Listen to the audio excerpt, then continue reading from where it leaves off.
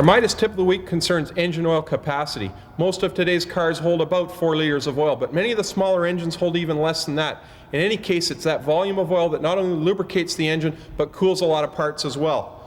There's the bottom of the engine's cooling system right there, that drain bolt. Everything above that receives benefit of the engine coolant. But below that area, the entire bottom end of the engine relies on oil to cool it as well as lubricate it.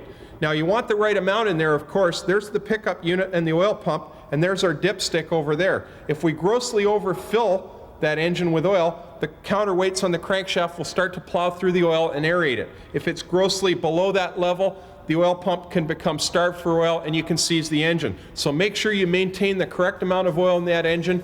Your engine oil will last longer and the critical parts of your engine will be not only lubricated but cooled properly as well. That's your Midas tip of the week.